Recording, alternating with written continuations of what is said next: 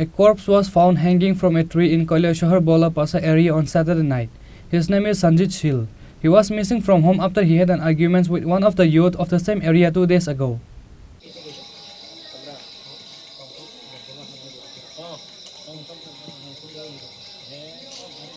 A corpse was found hanging from a tree in Kailasahar Boulapasa area on Saturday night. There is intense panic in the entire area to recover the hanging body.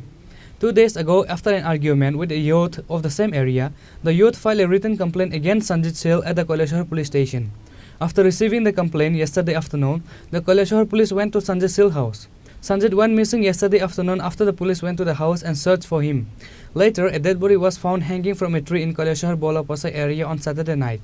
আমরা প্রায় 5:30টার টাইমে আমরা একটা খবর পাইছি যে বৌলাপাসা এরিয়াতে একজন শিলপাড়া বাড়ি থেকে সঞ্জিত শীল নামে এক ব্যক্তি ফাঁসিতে আত্মহত্যা করতে ওই খবর পাই আমরা ওখানে আসি। এখন পরবর্তী কাজের জন্য আমরা হসপিটালে নেওয়ার ব্যবস্থা করতেছি। ওনার কি নাম ছিল? ওনার নাম হলো সঞ্জিত শীল, বাবার নাম রঞ্জিত শীল লাইট। বাড়ি কোন জায়গায়? বাড়ি হলো বৌলাপাসা, ওয়ার্ড নম্বর 1। এই মানে পেশায় কি ছিলেন যিনি মারা গেছেন? দিন মজুরি। তো মানে ওনার নামে কোনো থানাতে কোনো কেস ডায়েরি বা এরকম কোনো কিছু খবর টবর আছে আপনাদের কাছে? একটা খবর আছে যে তার নামে একটা কেস হয়েছিল। কী কারণে ফাঁসি লাগছে এটা কোনো জানেন? এটাই আইডিয়া করা হইতেছে যে ওই কেসের কারণেই সে বাড়িতে আত্মগোপন করতে।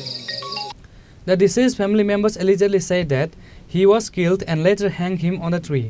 However, the police have no idea about the actual incident, which is why the police are not investigating the case to find out the true incident. Bureau Report, Chini, Khorang.